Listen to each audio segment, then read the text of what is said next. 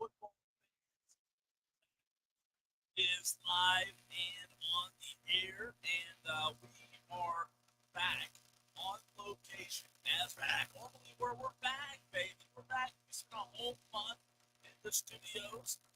As you know, we had to take a month off from Eagles Markets, no live shows, and boy, does it feel good to be back. We are live this morning. High school football fans, so glad to be with you. I'm Cole Bryce, and Alex Guest to my right. We are not in studio. We are back at Eagles after a entire month off. Alex Guest, it's so good to be back out on location each and every Saturday morning. Over the Saturday scramble, 2 hours of high school football coverage. Just can't anywhere else. Where are we at today? We're at 8650 Nashville. 8650.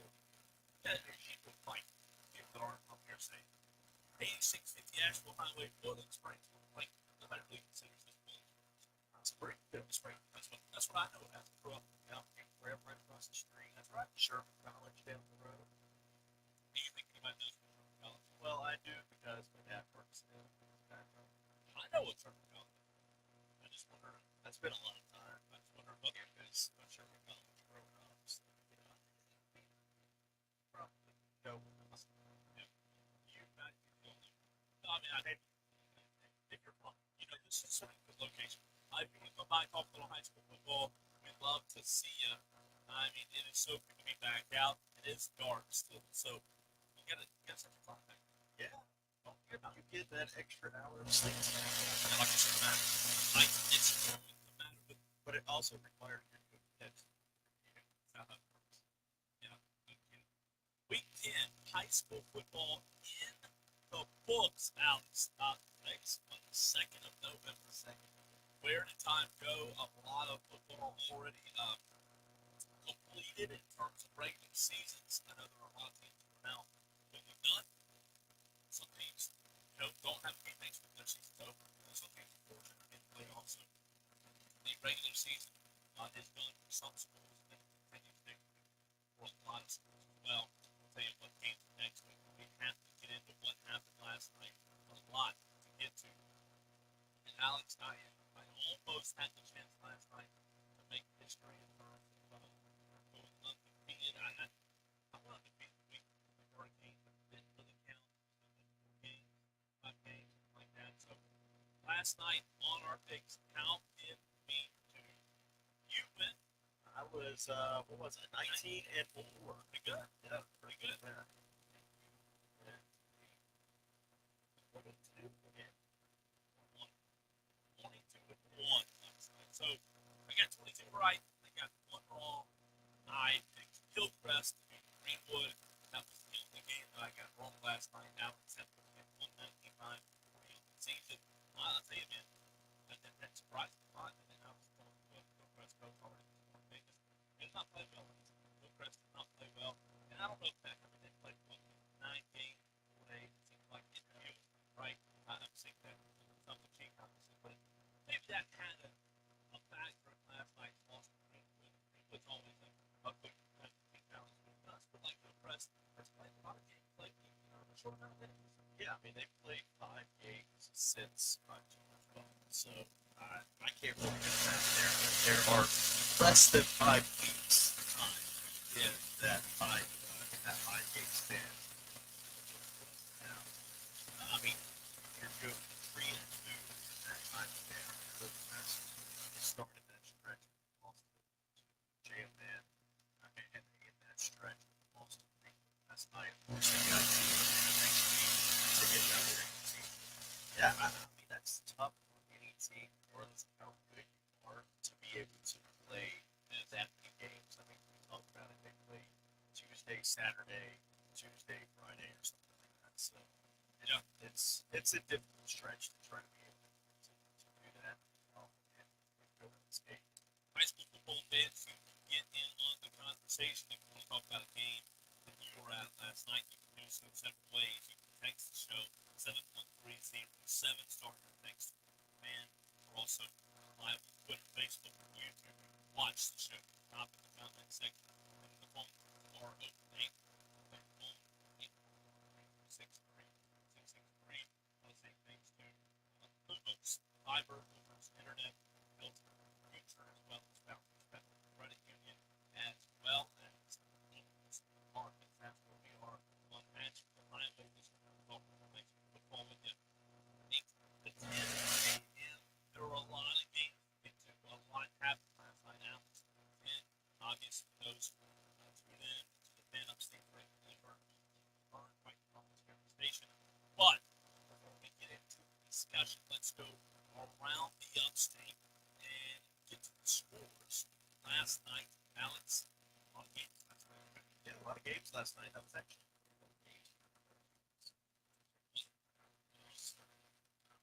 yeah. Yeah, a lot of games last night. We had 7 games started coverage here in this week. It's about normal. We'll hit Thursday night game first. There was one game on Thursday night. Both we were there. You got a chance to see Chapman Yeah. play at Spartanburg. Their lighting issue. Old, Yeah, leaner, lights. but Chapman defeated Peru 49 Thursday night. And then getting to last night's scores in 5A regional Woodline, 38-35 winner easily. James and 59-12 winner over Greenville. Greenville, we mentioned, defeated Hillcrest. That was 38-65. TL Atlanta, a big 50-16 win over Alden. The game we heard right here on this station, and then all the birds, 27 winners over Williamsburg. Norman 39-7 East Side last night. After the 0. Spartanburg 56-20 winners over Riverside. Emerald we had Lawrence 17. Fell in 55-26 winners over Southside. Brandon, big 56 winners. Which one? Brent? West Side Brent. Yeah. So, I said that wrong. I said that incorrect. West Side, 56-20 or 56-34 over Red. And I didn't type this. Yeah, but you could do it to it. I could, yes. Blue Ridge, 48-20 winners over Maria last night. Daniel Lake, 48-24 winners over Greer. That snaps Greer's win streak dating all the way back to the Burns game at the end of the season. Pickens, Blake Shrevel's rest 56-0. It is Belton Honeypath, a 3-9-0 win over Apollo. Crescent, 14-0 over Middleton. Southside Christian, a big 3-6-6 win over Carolina. Christ Church, another weird week of support for Christ Church. They won 11-7 last week. They win 17-9 this week over Palmetto. Powdersville and St. Joe's goes down 28-21. Powdersville being there. Chapman 39-28 over Worthington. Right, Liver 42-15 winners over Union County. Liberty 45-22 winners at Blacksburg last night. Chesney 30 over Lynn. Abbeville a big 69-6 winner over Ware Schultz. Whitmire 65-22 over Miles Weston gets a win 26-3 over Greenville Hurricanes. And Dixon Lake. Those are week 10 scores. One more time to move on, Alex. You and I on our picks. How did we do those that maybe just took me? Yeah, I had a terrible week. You did not have a terrible week. 19. Comparatively speaking, That's not a terrible week. 22-1. Well, That's terrible. it's not. You were 22-1. I was 19-4. I don't know about terrible. But you're right. One loss. Thanks. Yeah. Thanks. Saturday morning scramble continues. Let's start with the Thursday night game you mentioned, Alex. One game Thursday night, chat. I saw some good stuff in the last 2 days. Thursday night, I saw chat and Spartan. Last night, I saw Burns, the home team, senior night at Golden Springs' home team. And last two nights, kind of all over the place. It was just like, wait. So, Golden Springs had homecoming. Birds, obviously, playing all of their games. Yes. Was the home team. Yes. playing senior camp. Is that not great? That's interesting. That's so great. So that's actually you get a little lights. Yeah. You really do. It's fantastic. Um, but Birds have, sorry, this is another topic. Well, birds have an all and dang it. No. Be nice though. Really nice. Really nice. But anyway, you're right. It was very, very interesting. Uh, Friday. Now, Thursday night, Alex Chapman broke back. Chapman tied up. I mean, it was kind of one of those, you know, who's going to have the ball last kind of games. So Chapman played in the second half. It was a game that both teams kind of needed. Like, Burke and Chapman, they both had down years respectively. That they're having. So, it was good to see Chapman get both teams have struggled to help. Obviously, we know people they play with right? But Chapman did get a win. Chapman looked good defensively. Both teams allowed a lot of points Thursday night over Spartanburg. Chapman's offense, they played well. Chapman was down like 6 points. So they had some guys now, 6 players over. They had some guys now back some injuries. Not the all stakes game here in the game. It was not a lot of defense, just a lot of high school, a lot of offense on Thursday night over at Spartanburg High School. Chapman doesn't win on Thursday. Good win for those guys. Also, Alex, I want to get to what happened last night. Obviously, the early ball here on the Manhunt State between Burns and Wolverine. That I want to go to the moment where we bring in our first guest of the show. He is the head football coach of the Chesney Eagles, Coach Brett Chappell. Coach, good morning. How are you? Absolutely fantastic, Coach. Big win last night. Congratulations. We talked about it last week on the show. A rivalry game. What did you know?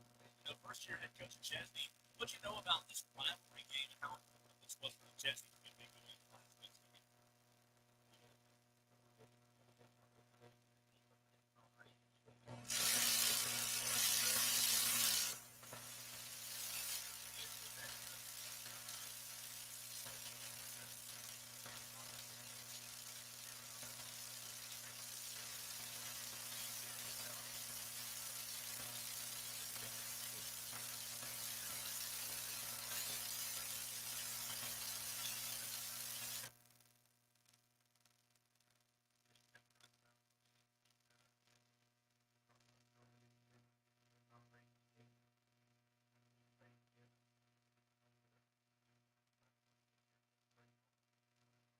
Absolutely. Chesney defeats Landon 24-30 for a big win. We mentioned it goes to those seniors. We're talking to Brett Chappell, head football coach of the Chesney Eagles this morning on Saturday morning scramble right here on the Manhunt State Banks.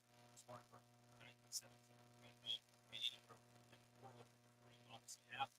Coach, those that weren't there last night, walk us through that game, how it went. Seems like a lot of points scored last night.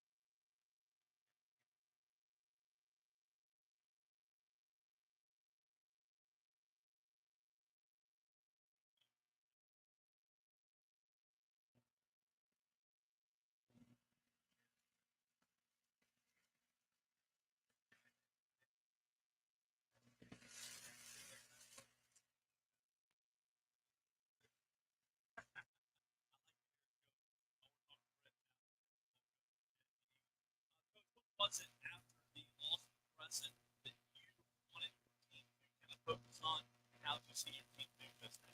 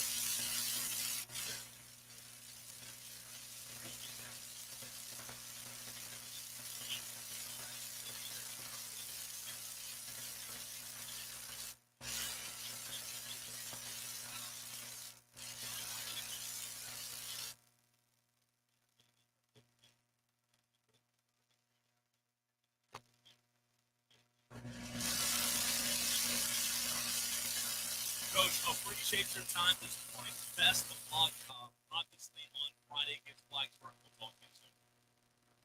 Absolutely. Always. Brett Chapman and coach of the Genesee Eagles. Big break. Come back and continue the high school football conversation. What happened last night, week 10. King Silence guest on Cole Bryson. This is the Saturday Scramble brought to you by Eagles, Nobles, and Founders Federal Credit Union.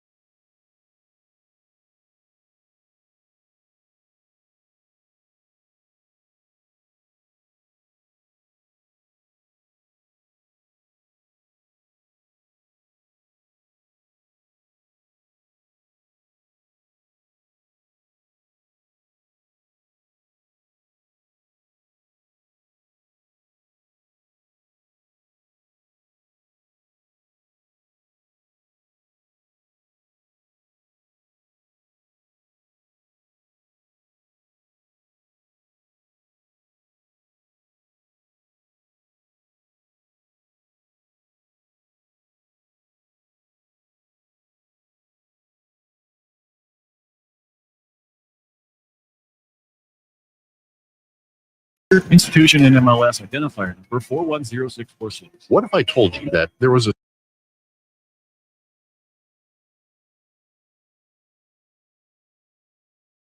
everything in between for a fraction of the cost of the dozens of disconnected platforms most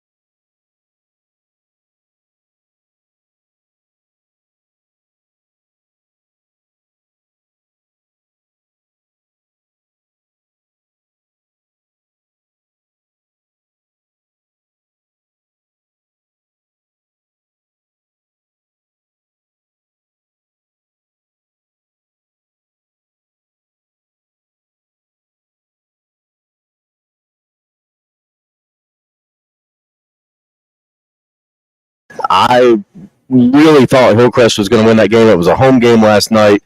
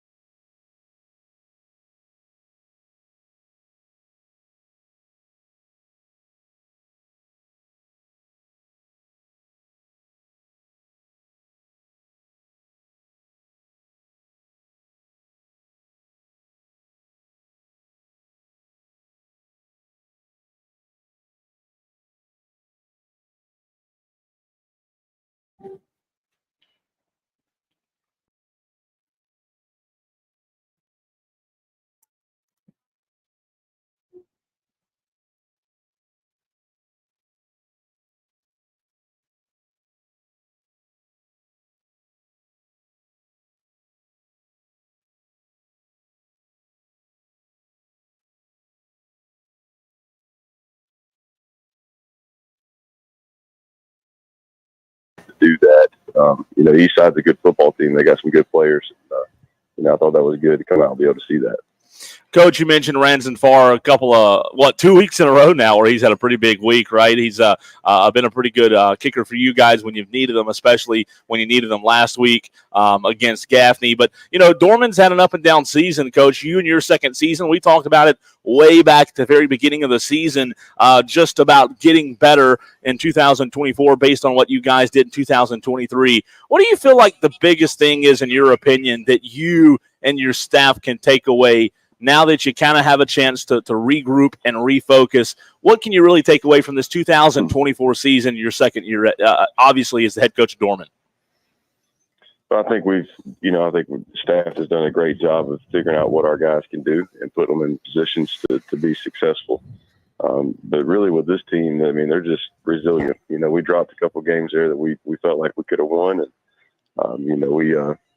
at the end of the day, we didn't, and our team kept battling back and came through. And, the win over Gaffney last week was huge. I mean, it's a big stamp of showing where we're improving. We're getting better every week. So I think that's something that we as a staff step back and look at as we go into this bye week. And we got to keep figuring out areas where we can get better and tweak some things, because you're entering into the third season. But we had the non-region. We just finished our region schedule, and now we're entering into the playoffs, which is the third season. So we need to come out and keep building off the momentum, but I think we're really playing our best football right now. We're talking to Jake Morris, the head football coach of the Dorman Cavaliers. You mentioned the momentum. As a high school coach, like when you have a win like you guys did a week ago over Gaffney, do you find like momentum and confidence being of substance, like being a real thing that actually helps you guys, let's say 6 days later when you're having to go up against another good team in this tough region that you play in? Yeah, definitely. I mean, I think that's at any level that you coach, but winning and the confidence that comes in winning, especially when you beat really good teams, that plays a long way into how you practice and how you attack the game and how you attack the weight room and the meeting room. And the more confidence you can build in these guys and the more confidence these kids have, the harder they're going to work. It's really hard to keep rallying troops whenever things aren't going your way. Whenever you're paying off and the hard work's paying off for you, it's really a big thing. Coach, before we let you go, the bye week that you guys now have, how do you and your staff approach it? Are you a fan of it, or do you feel like you want to continue the momentum and the confidence we just talked about? Initially, no, I was not a fan of it, but now I kind of am, because I think we're changing our identity. Coach Mooney's doing a great job on the offensive side of the ball, but we're changing our identity there offensively, so it gives us more time to work on that. It also gives us time to get healthy. I mean, we had a couple guys last night that minor tweaks, nothing serious, but it gives us a week where we can get our guys back, get their feet back underneath them. It's been a long ride. I mean, we had the storm coming through where you were out, and it's just been kind of up and down all year. So having a bye week going into the playoffs now, I don't really think is that bad of a thing. I think it gives us time to get healthy and kind of perfect some things. Coach, thanks for hopping on with us. Best of luck in the postseason, and I'm sure we'll talk to you again soon. Sounds good. Thank you, guys. Absolutely. That's Coach Jake Morris, the head football coach of the Dorman Cavaliers, joining us on the Saturday morning scramble after a big win, Alex, 35-7 over Eastside. Eastside's I say it's a winnable game for a lot of these teams, but Eastside's a scrappy team. I saw them when Burns played them, Alex. Look, we know Eastside and Wade Hampton, and you could throw Riverside in there as well. It's a tough road for those three teams, being in Greenville County, the resources they have compared to the teams they're playing.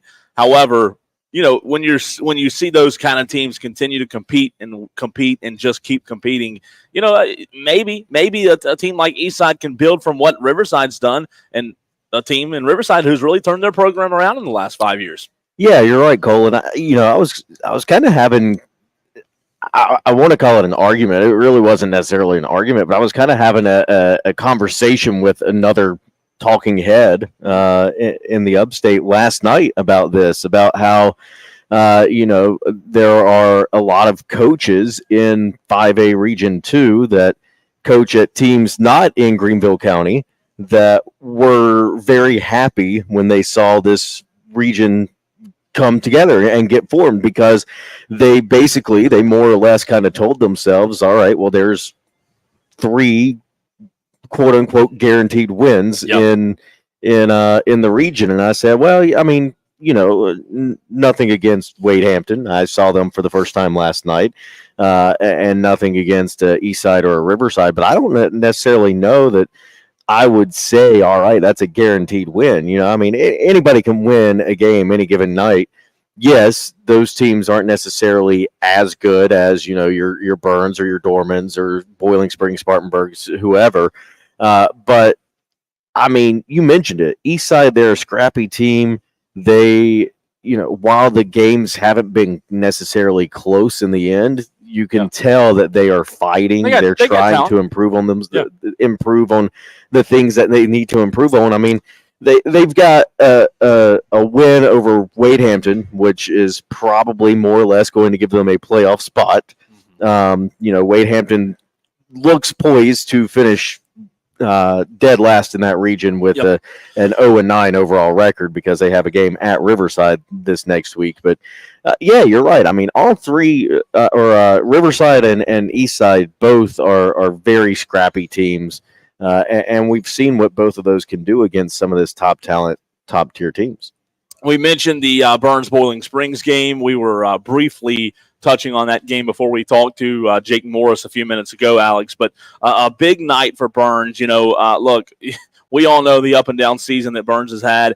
Boiling Springs has had a pretty good season, right? 5-3 now after last night's loss. They've lost to Gaffney, Spartanburg, and Boiling Springs. But, we all knew that Trey Segura was going to be back for the Rebels last night. I asked the question during the week of could a guy like Trey Segura single-handedly be big enough of a difference maker to go on the road and beat Boiling Springs, Alex? And the answer was last night, yeah, Trey Segura is that good.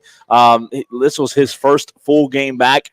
He had 4 carries going into last night's game. He got those 4 carries against T.L. Hanna. He was injured the rest of the season, but boy, did he look good last night. Burns defeats Boiling Springs 27-22. Burns, total offense. This is something you haven't seen a lot this year. 353 yards of total offense last night. Again, this is a Burns team that I've seen every single week, and seeing them put up 353 yards of total offense was very surprising, impressive, but when not only Trey Segura being back benefits the run game, Trey's so good of a player as a sophomore, Alex. It also makes everyone around him better.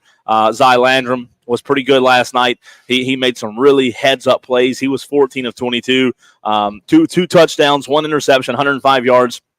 But Trey Segura, 19 carries, 142 yards, and 2 touchdowns. He also had 4 receptions for 38 yards and a touchdown, Alex.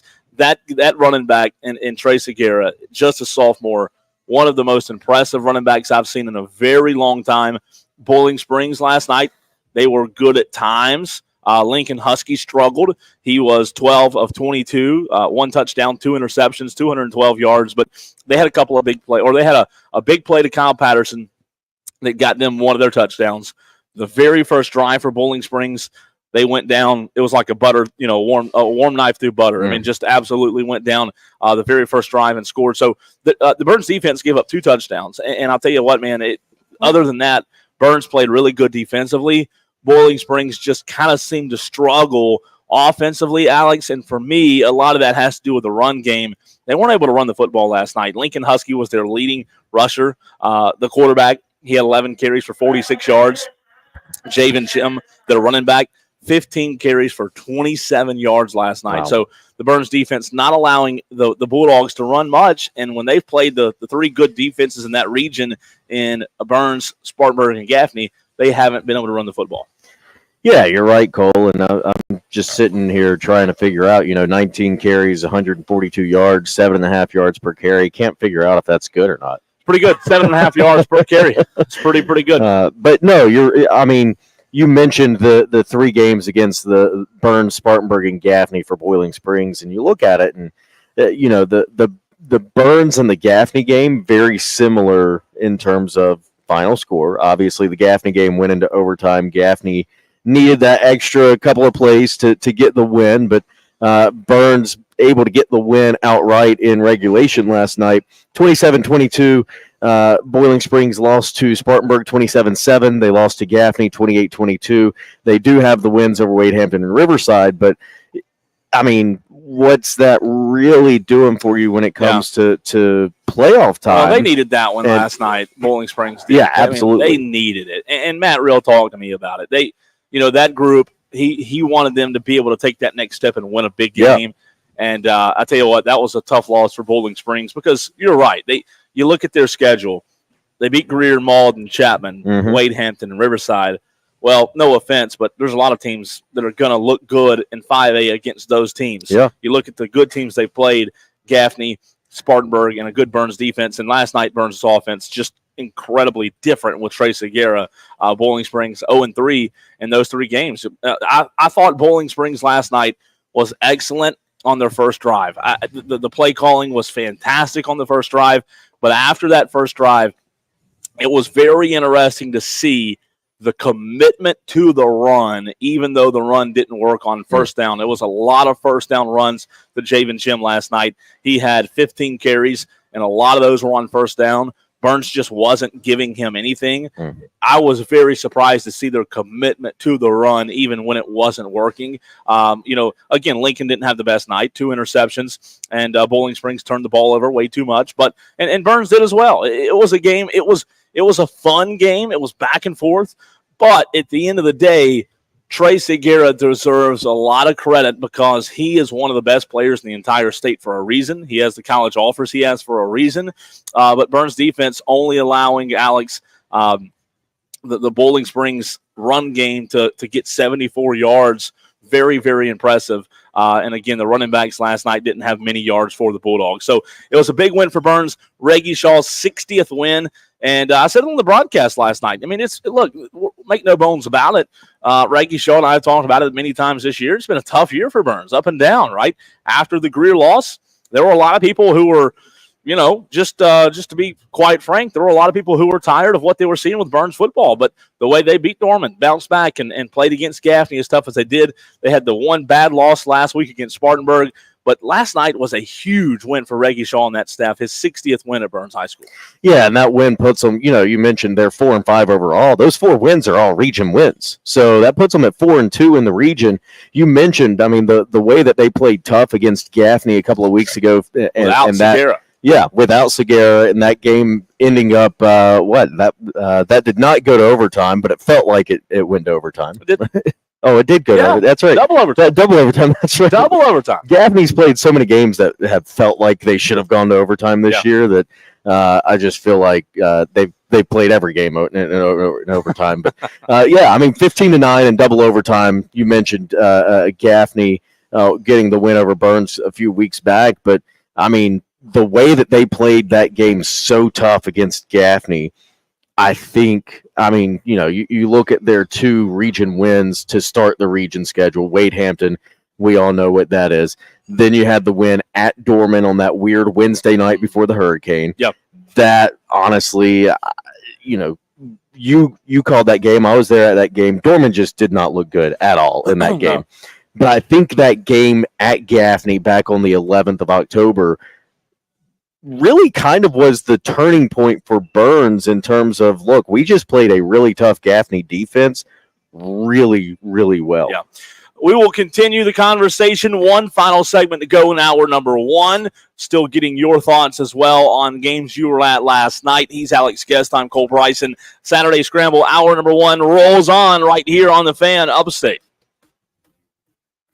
From the English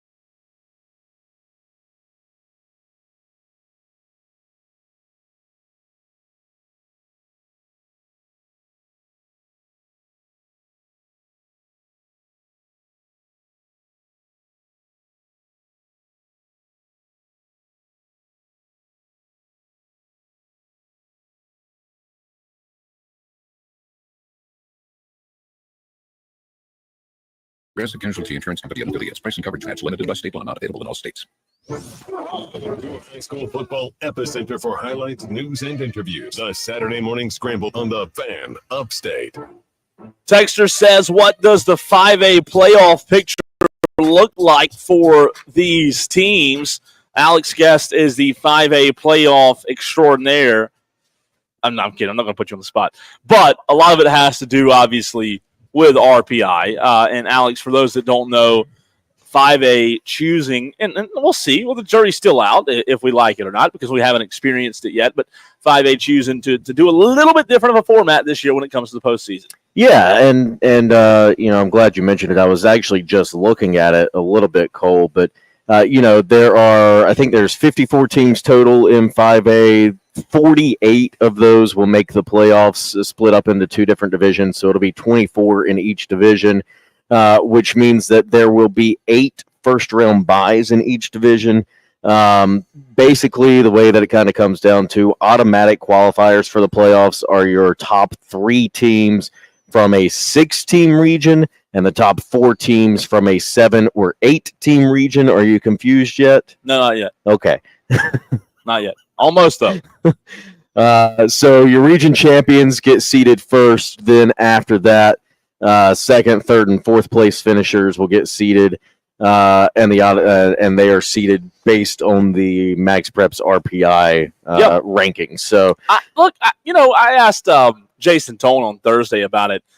We had him on Wire, and I kind of like it. We haven't seen it play out yet. I'm a fan. Yeah, and I like there being some kind of system. Yeah, I'm not a fan of as opposed to go win one region game and you're like a region champion or whatever. Yeah. Well, I don't like playing 6 games that mean nothing. Yeah, and you and I have talked about that in years past. I just the way it was last year and the way it's been for a long, long time, having non-region games not mean anything. I just had a huge problem with that. Yeah. So, North Carolina also used the Max Preps RPI, and now South Carolina doing that as well. Look, are the rankings going to be a problem for some? Sure, but I think the beauty of it is it's not humans making the rankings, right? It's all calculated based on 3 or 4 different factors, right? Yeah, it's your overall win percentage, your opponent's overall win percentage, and then your opponent's overall win percentage. So it's I think honestly it's like 10,000 or it's 1,000 or 10,000 different stipulations that go into making your ranking. And just so everybody kind of knows, in 5A right now, the RPI rankings, your top 5 are Dutch Fork, Irmo, Northwestern, Somerville, Spartanburg. And if you go and look at those 5 teams, they all are leading their regions right now. And some of those are upper state, some of those are lower state. Exactly. Some of those are Division 1, some of those are Division 2. So it's not like the old days of the 4A, Big 16, Little 32, Division 1, Division 2, where you have like the cross bracketing or anything like that. They will still be bracketed in upper state and lower state. So you're not going to have like a Somerville going to Spartanburg or vice versa, anything like that. But you will see instead of Region 1 playing Region 3 and Region 2 playing Region 4 in the first round, you might have 2 teams that have already played in the season because they are region opponents. They may play in that first round. You never know. It's going to be interesting. I really do think I think a lot of coaches will like it once it plays out the first year. It's just a matter of seeing it happen. We've never used it. We've never used this kind of calculation before, so it will be a lot of fun to watch. Looking at games last night, before we put a bow on hour number 1 of the program, Alex, we do have Reggie Shaw of the Burns Rebels in hour number 2. But looking at, last night's game, and again, for those that just tuned in, we'll have a full recap of all the scores in the very next segment. Alex Guest will run through those. You mentioned a couple of surprises, with obviously Hannah Hillcrest being one of them. A lot of people were surprised by Burns Bowling Springs. Did I say that right? I said Hannah. Greenwood Hillcrest. What did I say? You said Hannah Hillcrest. I was not Greenwood. surprised about Hannah beating Malden. No. Okay. Let's be very clear. Wasn't surprised. Greenwood By the way, Hillcrest. Yeah. Hannah's just continuing to get better. Yeah. Like you know how those offenses that run that option, they just do get better every single week. KD Patterson for TL Hannah is really, really good. Trayvon Thompson had another touchdown last night. He's a really big piece of that offense. But Hannah's a good team. No, the game I meant was, like you just said, Greenwood Hillcrest. Yep. I definitely was surprised by that one. And then earlier in the show, we talked to Brett Chappell of the Chesney Eagles. I tell you what, something we hadn't got to yet. How interesting is that when we asked him about the preparation for Friday's game against Blacksburg? And, he said, look, we've already prepped for them once. We've already had a – They thought they were playing, and then, you had the hurricane come through. He did mention they were off that week That's of right. the hurricane, but they thought they would be playing Blacksburg the following week when, everything still was kind of shut down. It's really intriguing to see. So a big win for Chesney last night over Landrum, and it'll be interesting to see how they finish in the postseason rather, and how they continue to play. Because first year Brett Chappell, that's a much improved football team, a much improved team. Woodruff looked good last night, no surprise there. I mean, 42-15 over Union County. Woodruff's a really good football team. We saw them go toe-to-toe with MVP just a few weeks ago, Alex, so no surprise with that Woodruff score. But the conversation continues. Hour number 2 of the Saturday Scramble coming your way. 97.1 Spartanburg, 97.7 FM in Greenville. Want to say thanks to Ingalls Markets, as well as Founders Federal Credit Union and Lumos Internet, built for the future. Hour number 2 next.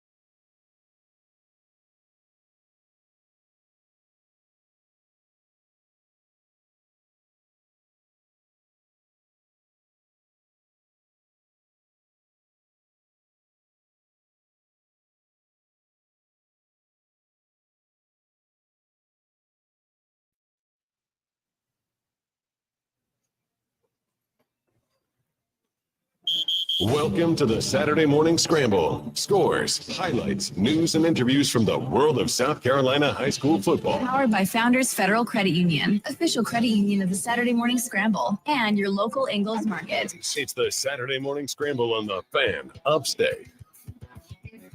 Hour number 2 of the Saturday Morning Scramble rolling on. We are back and on location as we used to be every single Saturday morning. Obviously, the hurricane threw a wrench in things in 2024. And look, Ingalls Markets, we love them. They're one of our favorite places in the world because they support us. They are a proud partner with the Fan Upstate, and what they've done in the past month, getting back on their feet with their distribution center and headquarters being impacted in Western North Carolina the way it was phenomenal. So good to be back at Ingalls. We're live at 8650 Asheville Highway in Boiling Springs. It's the Springfield location for you locals. That's where we are this morning. I'm Cole Bryson. Alex Guest will rejoin me momentarily. And I want to say thanks to Brett Chappell and Jake Morris. Brett Chappell, the head football coach of the Chesney Eagles, Jake Morris over at Dorman. I want to say thanks to both of them for joining us in hour number 1. If you missed those interviews, I encourage you to download the free Odyssey app, AUDACY. You can go back with the rewind feature and listen to any of those interviews for free. Again, it's the Odyssey app, AUDACY. Download the app today. So many ways to get in touch with the show and listen and watch the show. We're also live on Twitter, Facebook, and YouTube. But a lot of games to continue to break down. It was a big night. Want to say thanks to Lumos Internet.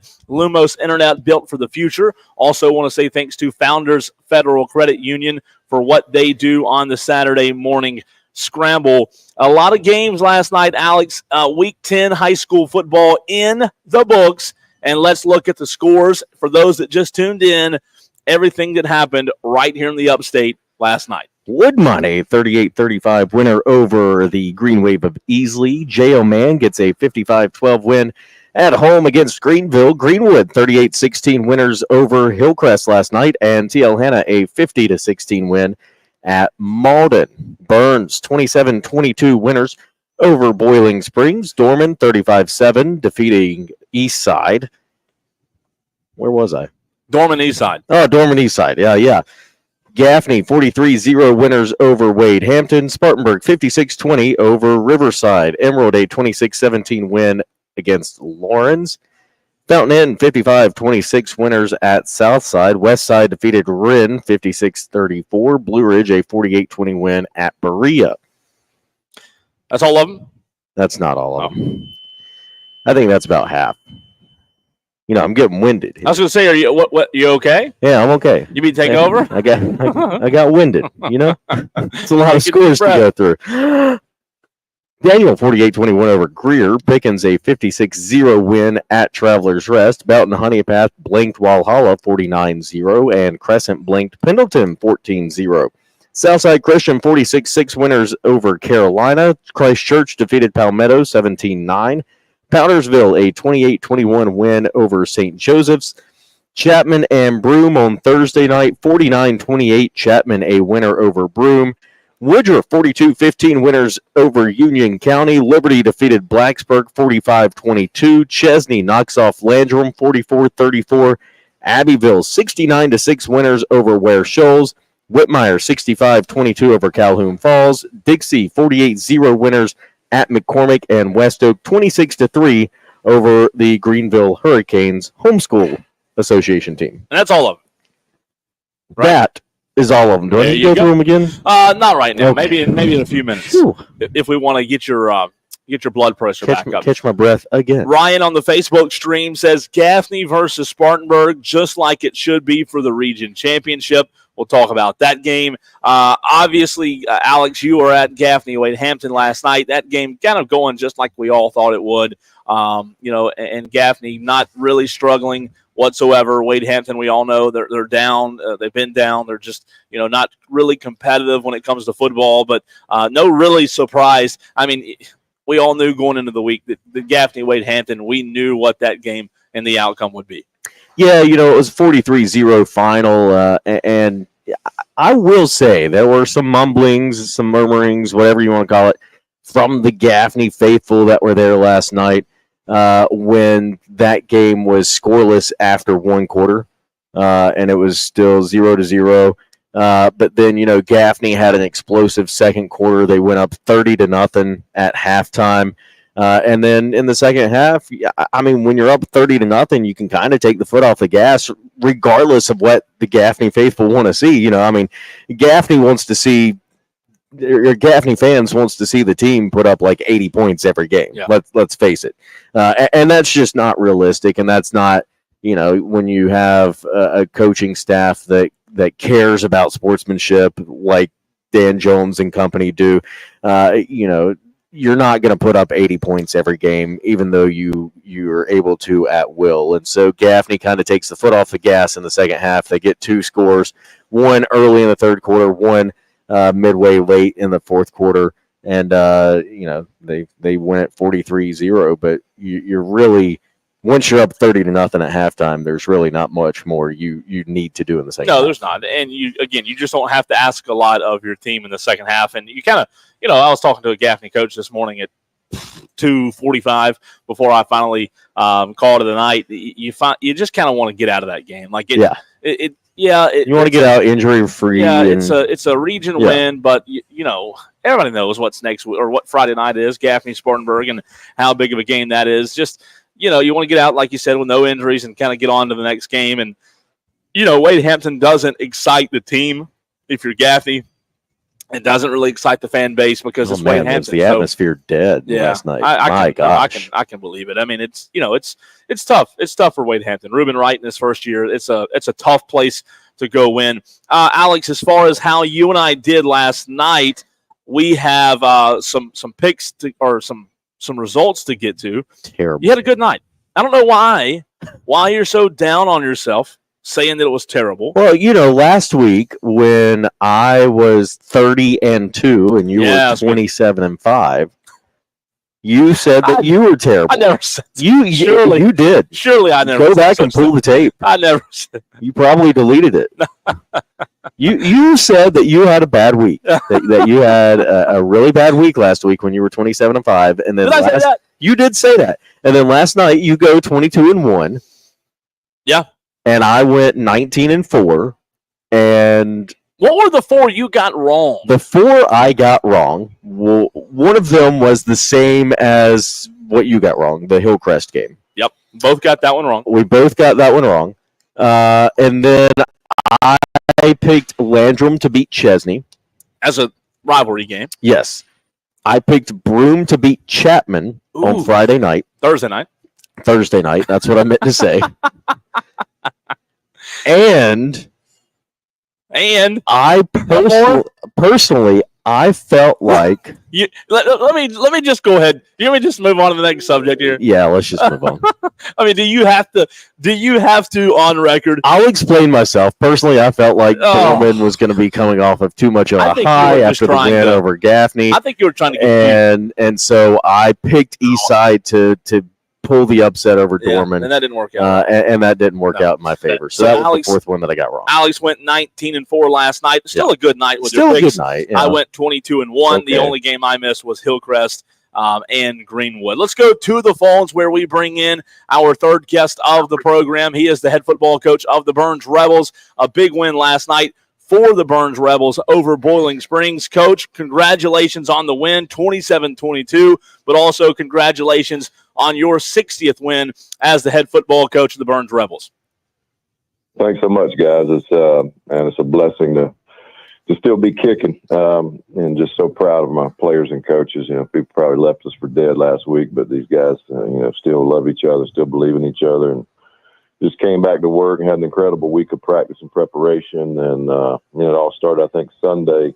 One of my senior leaders, Torian Mills, we have kind of a leadership group chat, and he said, "Coach, we're not going out this way." He said, "We're going to fix this, and anytime you got player-led movements, they're always better." No doubt about it. We're talking to Reggie Shaw, head football coach of the Burns Rebels. A big win last night. Coach, I was talking about it in hour number 1. It was weird. It was Boiling Springs hosting Burns, where Burns was the home team, at Bowling Springs' homecoming, where Burns had senior night. I'm sure in all your years coaching, that was probably a first for you, right?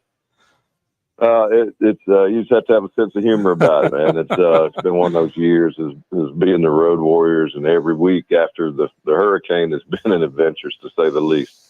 Without a doubt.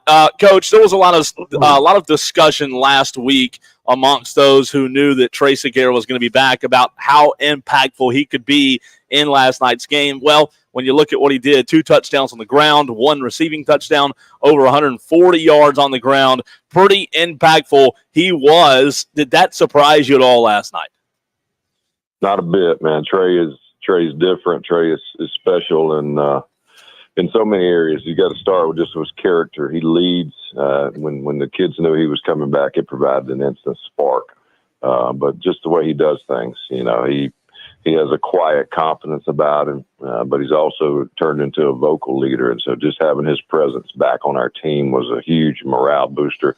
I compare it to in the racing world to like a little nitrous oxide, man. And we hit that button last night, and it was go time. It was a Burns offense that we really hadn't seen all season long, and you're right, it was different with him on the field. But how about that Burns defense? As good as Trey was, as good as the offense was, the Burns defense, I mean, other than the first drive and then the big play that they gave up to Kyle Patterson, you got to love what your defense has done, not just last night, but this year. Yeah, how many times do you see defense just continue to make goal line stands on the 1 yard line? I mean, twice last night. They've done it all year on 4th downs, and man, Cross and his guys just do a heck of a job. Those guys believe in what they're doing, and size-wise, we are not very big, but there's a lot of fight in those dogs. No doubt about it. When you were going into the game, Coach, by the way, we're talking to Reggie Shaw, the head football coach of the Burns Rebels, after the 27-22 win for Burns over Bowling Springs. You and your staff prepping for last night's game against Bowling Springs. What was it that you felt like you guys had an advantage with when you looked at what Bowling Springs was in 2024? Yeah, I think defensively you had to stop the deep ball, and we worked all week on that. And except for 2 plays, our guys did a pretty good job of that. We got beat on a double move for a touchdown, and then just a fade ball to a big, tall receiver on a young corner. But stop the run and try to make them be one-dimensional. I think our defense did that last night. Shut down the run. I think they had 74 yards rushing. Yep. But not give up the big plays and try to get some pressure on their quarterback. Well, great young man, great decision maker. And so to try to get him out of his rhythm, and they did a great job of that last night. And we had 4 turnovers. But offensively, I felt like we could run the option. I just, Zai's great with his feet. And just having that 2-headed monster back there, it was put in the option and some variations off of that, and then just took what they gave us. They gave us some stuff on the edge, and just changed our blocking schemes up. Their defensive ends were really what made them go, and they were disrupting everybody's offense. So we just said, the heck with it, we're going to double team them every chance we get, and take what they give us. And guys were patient for the most part. We made some mistakes. It was an ugly win in the areas, but nonetheless, it was a win. It was a win for the Burns Rebels, 27-22, the 60th win for Coach Reggie Shaw at Burns. You mentioned stopping the run game. Their running back, Javen Chim, last night, 15 carries for 27 yards. I mean, that defensive front, including your linebackers last night and that Fred Cross-led unit, I don't know, when you look at the postseason and what's down the road, you've got, we hear it all the time, defense, wins championships, but when you're able to make teams one-dimensional and not allow the run, how does that help, the rest of the defense that's behind that defensive front? That just gives our DBs confidence. They can cover. And we just worked the crap out of that, just staying in coverage no matter what the quarterback does, because our DBs trust that our D-line and linebackers are going to get to the quarterback and disrupt things. So it's just a lot of confidence in the whole unit, trusting each other to make plays and do your job. Speaking of confidence, you mentioned it, Coach, the goal line stands. I mean, in high school football, like, anything can happen, but I just don't know that I've seen 2 goal line stands like that were as impressive as what we saw last night. Does that defensive line, when they get in those situations, I mean, what do they draw from? What do they pull from to be able to make that happen? It starts with the belief in each other. That, like I talked about, that unit. They're fighters, man. They are. They believe in what they're doing. They believe in each other. They believe in their coaches. But the coaches do a great job. It starts with Cross, and then Coach Dawkins up front. He played at a high level. He knows what it takes. And John Hicks, DJ Crosby, and Troy Jones, they all do a great job just continually coaching those guys. Coach, before we let you go, it's been an up and down season. I mean, the way that the Burns Rebels started 0-3 and the loss to Greer, then right before the Hurricane, you beat Dorman, you play Gaffney very close, you get Trace Segura back. What a roller coaster it's been. But after that win last night, how does that give you, the staff, and the team kind of a peace, kind of a confidence as you now have a bye week before the postseason starts? Mm-hmm. Huge momentum, man. It's about momentum at the end of the year. It's not how you start, it's how you finish. Old cliche, but it's so true rolling into the playoffs. And I've heard all kind of scenarios. Last night I heard we've possibly locked up third place and may have a a semi-home game for the first round. And so trying to figure out where we're going to play, and it's exciting to have that option.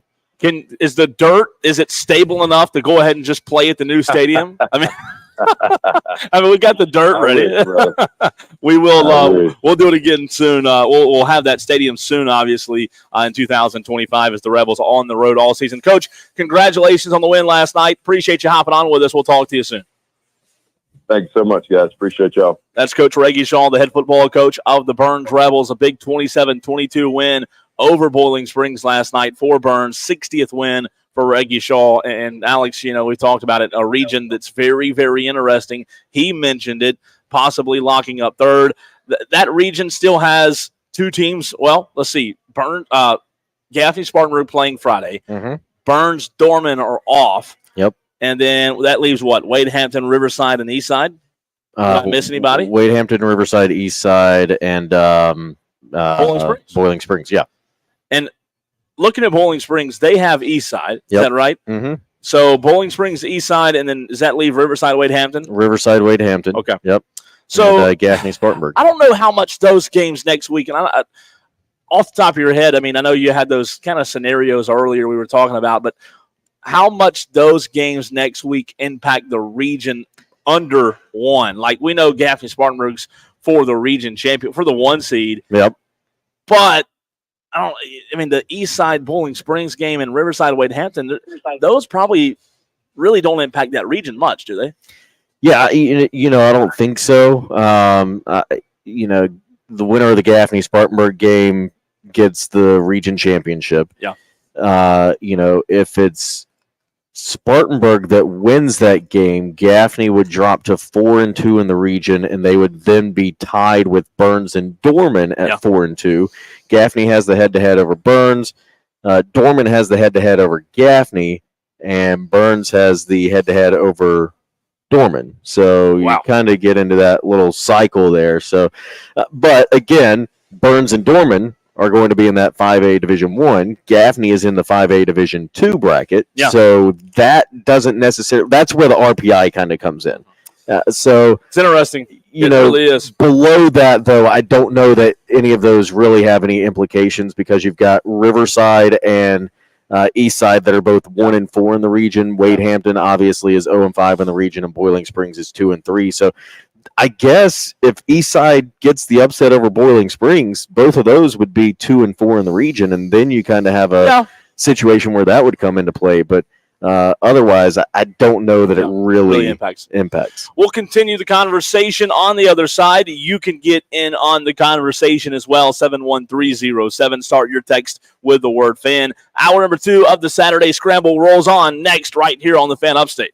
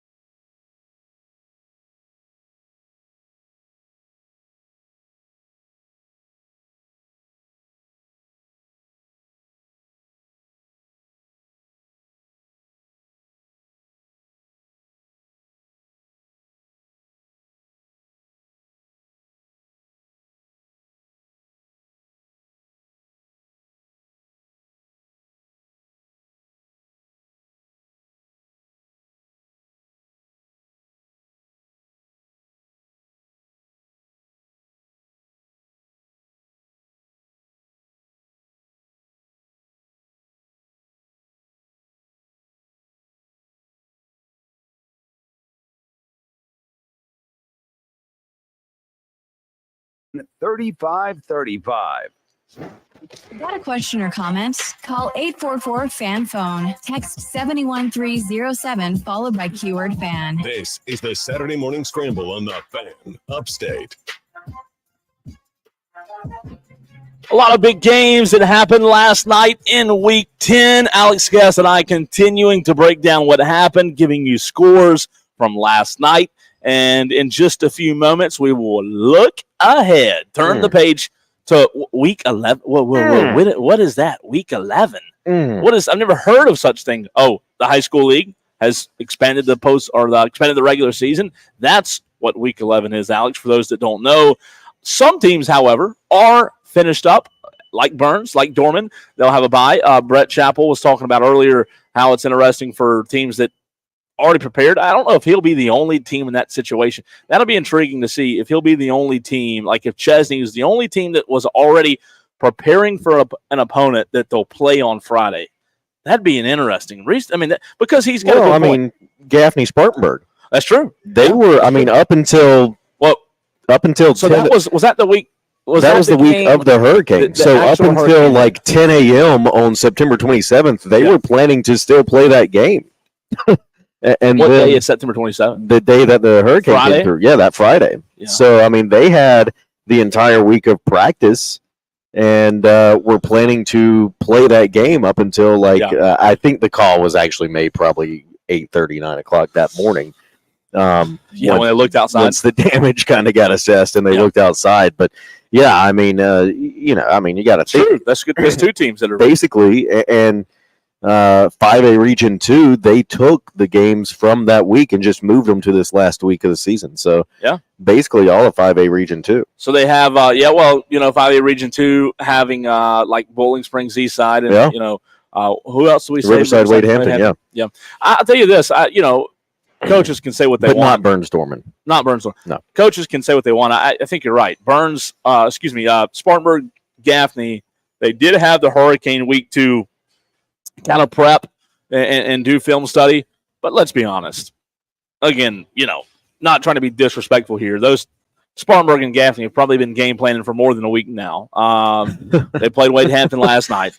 I'm just telling you, it's hard for me. The schedule came out and they circled that game on their calendars. I'm just being honest. They probably have been prepping for Gaffney's probably been prepping for Spartanburg for a week or two now or more, and vice versa. It's not like they know. And again, when the schedule kind of set up like it did last night for Spartanburg and Gaffney to have very, very winnable games, they've probably been prepping for a while. So obviously that'll be a big game. We'll get to that in a few moments, Alex. But kind of putting a bow on what happened last night, we've heard from Brett Chappell. We've heard from Jake Morris. Brett Chappell, the head coach of Chesney, by the way. Jake Morris, the head football coach of the Dorman Cavaliers. We've also heard from Reggie Shaw, the head football coach of the Burns Rebels. Am I missing anybody? Is that right?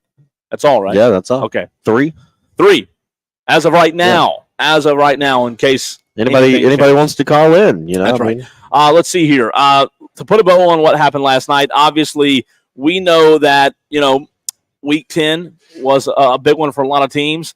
I do find it fascinating, Alex, when you look at some of the games last night in other regions, like St. Joe's Powdersville, a very close game last night. Christchurch, Palmetto, those are the teams that the reason I say it's fascinating is it's kind of still hard.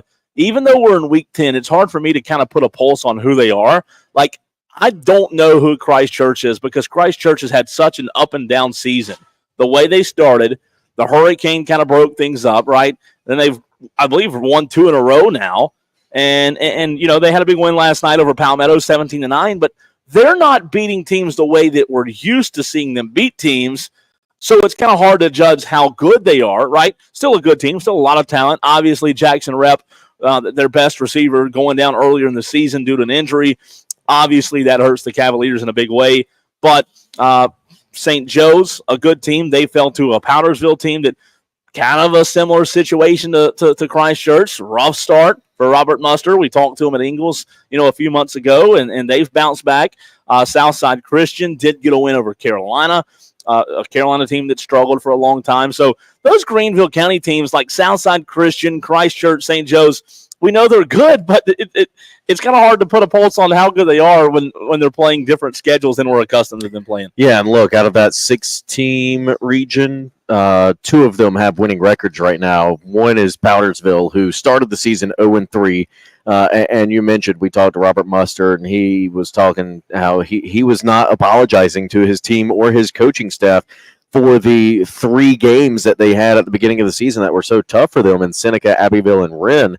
They're 6-3 overall. They're 4-0 in their region right now. So a win against Southside Christian, 4-0 in the region right now, should actually lock up a region championship for them.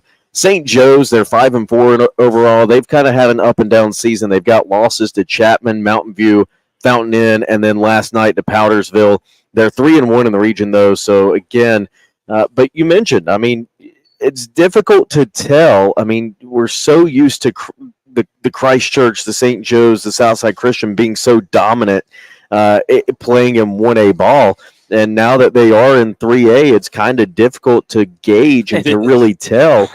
I mean, we just always knew who they were going to be. We always knew what the score. Yeah, Christchurch 4-4. They're 3-1. They've strung together 3 straight wins. 3 straight. They're 4-4 overall, 3-1 in the region.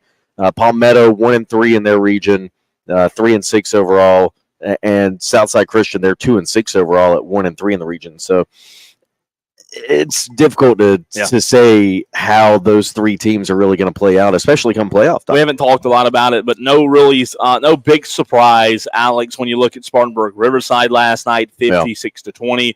Riverside, they're not a terrible team by any stretch of the imagination, but we all know when you have to play in that region, what you have to prepare for, and you just don't have the dudes. You got to have the Jimmies and Joes, right? And Riverside, when they're playing Gaffney, Spartanburg, and the Bowling Springs of the world, they struggle in that regard just because of the talent they have and the talent they don't have. But no surprise, Spartanburg, Riverside. I'll tell you this: I was talking to a coach very, very early this morning, just about all the region teams that I've seen now, and he asked me who I thought was the most impressive, and by far today, Spartanburg is the most impressive team I've seen in the region 2 5A, with what they do defensively, Alex. They scored 58 points last week on Burns, a pretty good Burns defense.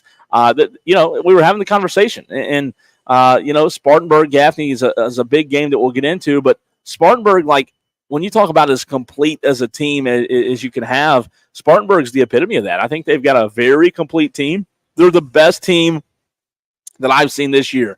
And I've seen, I've had a couple of weeks off where I've seen other teams outside of Region 2 5A, Alex. We saw a lot of preseason football, but Mark Hodge, what he's done at Spartanburg, they're the hands-down best team I've seen as of date, November the 2nd. Yeah, and you mentioned what Spartanburg's able to do defensively and just being able to put up big numbers on their opponents and to hold their opponents to those small numbers on the scoreboard.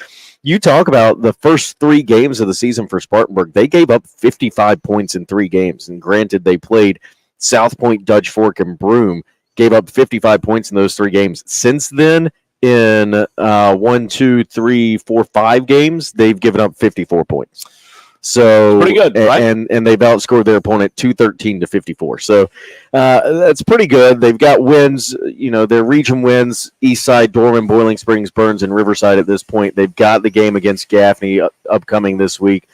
And, we talk week in and week out about how tough Gaffney's defense is. It'll be interesting to see how Gaffney preps for this really dominant Spartanburg offense defensively. But then also, what's Gaffney going to do to actually get that offense rolling? Yeah. Like Gaffney should, especially given the talent that Gaffney supposedly has on that offense, and to see what they're able to do against a very tough and very dominant Spartanburg team. Fountain Inn also with a big win last night. We haven't talked about that much. A big bounce back win. They had a tough loss a week ago, 55-26 win over Southside. Fountain Inn's a team that, we don't talk a lot.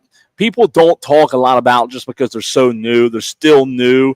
But, Alex, this is a team that you've seen them. I've seen them. They're talented. They have a lot of athletes, and they're only going to get better. They're still considerably young, right, with them only, this is their first year. They've had like a full, class of freshmen, sophomores, juniors, and seniors. So a big win for Fountain Inn last night. West Side continues to roll. I don't think there's much surprise there. You talked about that game being high scoring. Wren did score 34 points on West Side. I mean, Wren, we know that they have a really good offense, and Robert Muster and those guys do I said Robert Muster, Powdersville, Anthony Freight, Yep. Wren, and those guys do a fantastic job. But West Side, I mean, we do cover them because they're in our coverage area, but it's kind of like the old story that hasn't changed with West Side and the talent they have, the season they've had coming off of a state championship last year, adding even more talent in the transfer portal, and this West Side team's loaded. And in 4A, we talk a lot about Region 2 5A, but in 4A, I don't know really who's going to compete with West Side. Yeah, it's difficult to say that. I mean, Brian Lane, we know what Brian Lane's able to do. You mentioned they won the state championship last year. I mean, they've got a really, really good team. Their wins this year, they've not scored less than 41 points in 7 of their 8 wins. Yep. And their one win that was less than 41 points was a 30-27 win against Creekside out of Georgia to start the season. So, I mean, West Side, the offensive production they have, they're putting up points. They're holding their opponents to less than 20 points a game, basically, with the exception of a couple of games here and there. But, I mean, West Side's a really good team. There was a big offensive production last night for both West Side and Wren. I mentioned it. It was 42-28 at halftime. I saw that score. I thought that was the final score, and then I realized that it was only a halftime score and said, oh, my gosh, they are going to just – I mean, both teams are just scoring at will right now, it seems like. But 56-34 last night. West Side, a big win over Wren. And, I think that was for your region championship there as well. So, Wren, they've got a game at Emerald this week, and West Side a game against Southside. So both of those teams kind of I don't want to say a bye week, but kind of get a little bit of a break before going into the playoffs. And you mentioned the winning streak of the Greer Yellow Jackets coming to an end. Yeah. They had a tough one last night. Look, Daniel's a heck of a football team. Make no bones about it. We all knew that Daniel was going to be a tough matchup for Greer. But look, you said it. They did win, 5 in a row? Is that right, for the Greer Yellow Jackets? And after that win over Burns, they reeled off some really good wins. And they had a very tough, Bowling Springs, BHP, Hillcrest, Burns, that was their non-region stretch. So they definitely got tested. But despite the loss to Daniel, this is still a much improved Greer football team. Yeah, absolutely. And we talked to Coach Will Young a couple of weeks ago, and he mentioned the fourth quarter of that game against Hillcrest all the way back, what was that, early September 6th. He mentioned that fourth quarter against Hillcrest where they lost 28-21 was kind of the turning point of their season, where they really felt like they were going to have a good football team. They made a couple of changes where it was needed, and they felt like they had a chance to at least win out with one loss maybe on their record. And I think we saw that one loss last week or last night rather, with the loss to Daniel. I mean, Daniel's a buzzsaw. They're good year in and year out. Jeff Rooster has just an absolute machine going over there. Their lone loss this year, it's kind of a weird loss that I didn't expect. I picked them to beat J.O. Man way back in September, but J.O. Man got the 5-point win over Daniel back actually in week 2 of the season as well. But Greer's, they went on that 5-game win streak that you're talking about. That started with that win over Burns, and I really think that was what Greer needed, was that big win over Burns to kind of set the tone for where they were going the rest of the season. We'll take a break. Final segment on the other side. We turn the page on week 10. We look to week 11, the matchups that are on Friday night. It's one more regular season week that's been added to the regular season due to the hurricane. So the playoffs are not quite here yet. We'll look at next week's games right here on the Fan Upstate.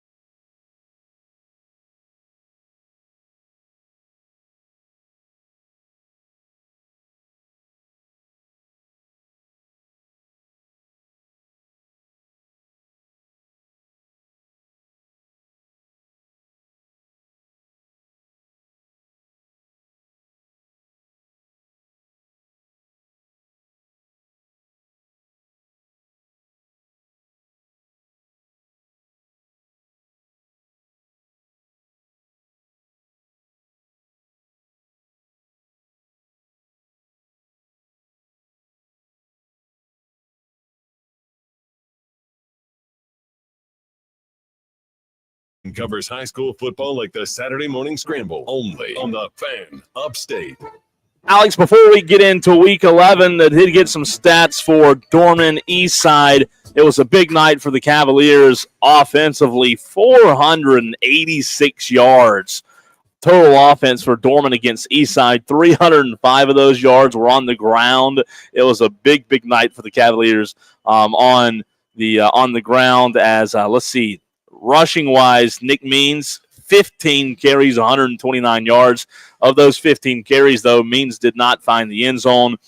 Bryce O'Neill last night, 12 of 17, 150 yards, a touchdown, 71% completion percentage. A very good night for him. McCorion Anderson did have a few passes, 1 of 3, so he didn't play much, but it was mostly Bryce O'Neill and Nick Means last night. And Najee Fowler scored 2 touchdowns for the Cavaliers. He had 9 carries for 48 yards and 2 touchdowns. And look, again, they ran the ball really well. They ran the ball well, and Dorman with a big win over Eastside. Eastside just couldn't get much going offensively. Peyton Schrader, who is, he's a really good competitor at Eastside. He's a 3-sport athlete, just a really, really athletic kid. But Eastside not able to get much going. 12 of 23 for Peyton Schrader, 96 yards, no touchdown. He did throw an interception, but a big night for the Cavaliers. Again, 486 yards of total offense, and 305 of those came on the ground. So 7.4 when you're able to average 7.4 yards per play, you're going to win a lot of football games. And it was a big night for the Cavaliers as Dorman and Burns both look to a bye in Week 11. Alex, let's take a peek. Let's look ahead. We've talked about last night's games, Week 10, looking at what is next Friday night. A lot of games, a lot of really important games as well.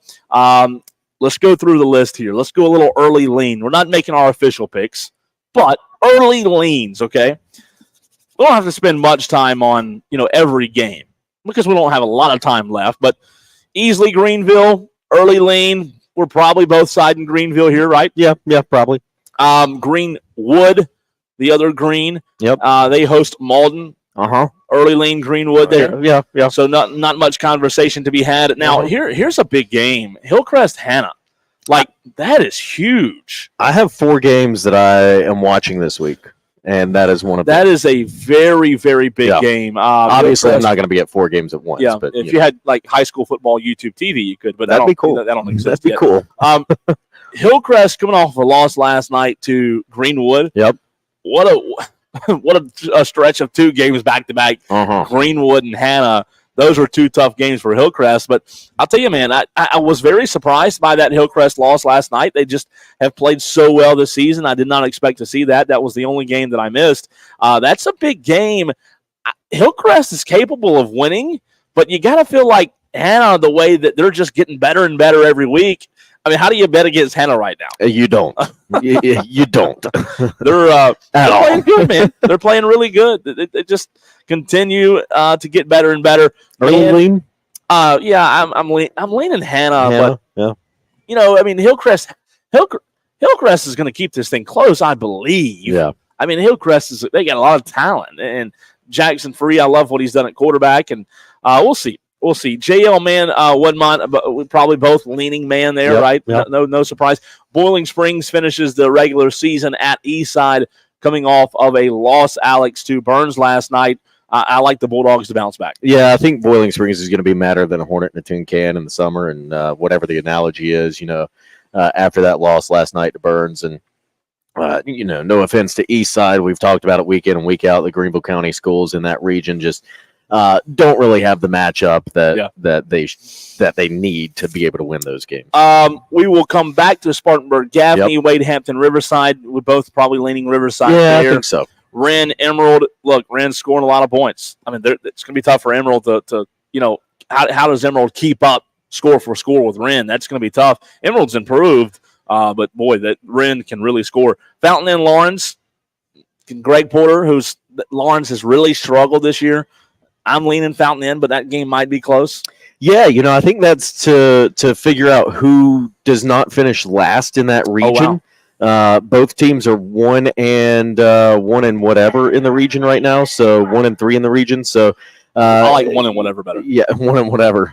Both teams are 1 and 3 in the region right now, so that game I think actually is to determine who is going to not finish last in the region. South side, west side, not much conversation to be had there. That probably will be over in the first quarter of play. Berea, Pickens. Look, Pickens has improved, and we know Berea struggled, so I'm leaning Pickens there. You as well? Yeah, I think so. Yeah. No surprise there. Blue Ridge, Pendleton. Could be a close game. Yeah.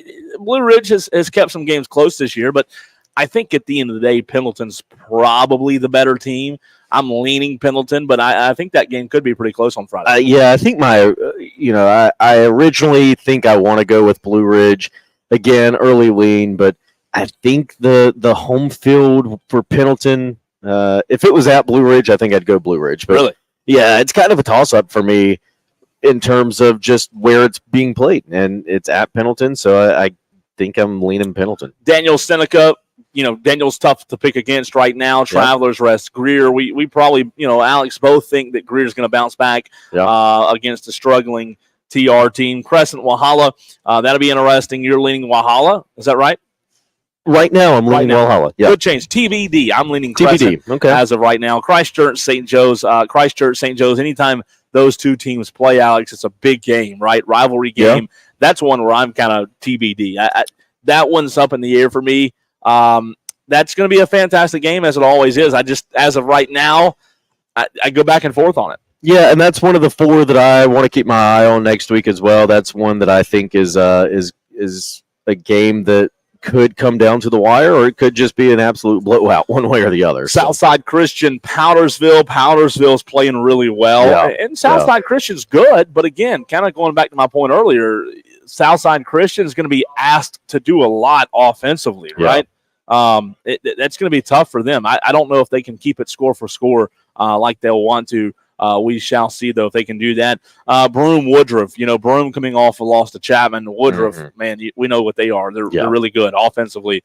No debate there on. Yeah, no debate. I got to go Woodruff. Mountain View, Union County, no debate there. Nope. Okay, I'm with you there. Mountain View, yeah. Blacksburg, Chesney. We just talked to Brett Chappell this morning, the head football coach of the Chesney Eagles. You, according to our picks, you are leaning towards the team in Cherokee County. Is that right? Yeah, I think that's a tough game. It's a tough game to pick for me. It's a tough game. I want to see Josh Batchelor and his Wildcat team get a region win. Yeah. And this is their last shot to do so. So it is. I'm leaning Blacksburg right now. That pick may change. That's one that I'm kind of 50-50 on right now. And then for the region championship in Region 2 5A, Spartanburg, Gaffney. Yep. This one's a big one. It's at Gaffney. You mentioned it. It's the game that was supposed to be played the night of the hurricane back in September. Early lean, early thoughts on this one. I'll let you go first. God, I don't know, Cole. My early lean, I want to pick with my heart and say Gaffney, but Gaffney's going to have to make some serious changes on the offensive side of the ball if they want to win this game against Spartanburg. That's what I'll say about it. Gaffney defensively, we know what they're able to do defensively. Gaffney year in and year out has a really good, really stout defense, but offensively, Gaffney's just going to have to make some changes. What kind of changes? You're going to have to get number 10, Jamarcus Smith, the ball. If you want to win games, you've got to get the ball in 10's hands. Any game that that he doesn't line up in the back, line him up in the backfield and hand the ball off to him. You'll have Jaden McDowell back too, right? But you've got to get the ball to number 10, whether you're handing it off to him, he gets a direct snap, you're throwing it to him, whatever you're doing, you've got to get the ball to him. Jaden McDowell is going to be back for Gaffney. And you may have Shane Davidson back, number 4 receiver for the Indians. So you got to make some changes. gotta make some changes. Got to make some changes. That's what I'm going to Wow. say because Gaffney has struggled offensively this season. I think in the for last me, few weeks. I think for me, if you're Gaffney, you want to win this game, you have to hold up in the trenches. You've got to be able to, on the offensive side of the ball, you've got to be able to hold up against a Spartanburg team that brings a lot of pressure. Yeah. A Spartanburg team that's very fast. Peyton Jones, Cam Smith, Quez Smith, those guys at linebacker, they're so good. They're so fast. It seems like watching them when the play snap, they're already at the ball. They're already in position. They're so well coached. To me, it all comes down for Spartanburg Gaffney to how well how well Gaffney's offensive line can hold up. I know that Javon Gilmore and Jamarcus Smith have gone back and forth at times. It doesn't matter as much to me in terms of who the quarterback is if the offensive line does not hold up. Sure. I really think the offensive line for Gaffney is going to be critical. And then on the flip side, Spartanburg's defense, they're very good. They're so fast, as I just said. They're disciplined. But I do think it's going to be a good game.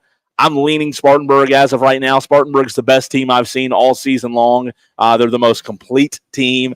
And, Gaffney's got a ton of athletes. I mean, Jamarcus Smith, you said it, he's the best athlete maybe in the state. I mean, he can do it all. He is a true Swiss Army knife. But when Spartanburg has the ball, Gaffney's going to have to do the same thing. Gaffney's going to have to get pressure on a really good Spartanburg running back and Trenton Lynch, who's just a sophomore. He runs really hard. They're just talented all around, and they've got really good athletes. Rice is a good athlete at receiver, and they've got the quarterback's not bad. Trey Burke. I mean, they've got really good players, and Mark Hodge has done an incredible job. So it's going to be a lot of fun to watch. I think it's going to be a close game. I think right now you could probably flip a coin, but right now, if you ask me for an early lean, my early lean would be Spartanburg because I'm telling you, man, they're just as complete as a team as I have seen. But we will know on Friday, and then we will have the playoffs following that. Alex Guest, before we sign off, next week we will be at 10903 Anderson Road in Piedmont. We will see you there. This is the Saturday Morning Scramble brought to you by Founders Federal Credit Union, Lumos Internet, and Ingles Markets. We'll see you next Saturday. I'm Cole Bryson. He's Alex Guest, and this is the Fan Upstate.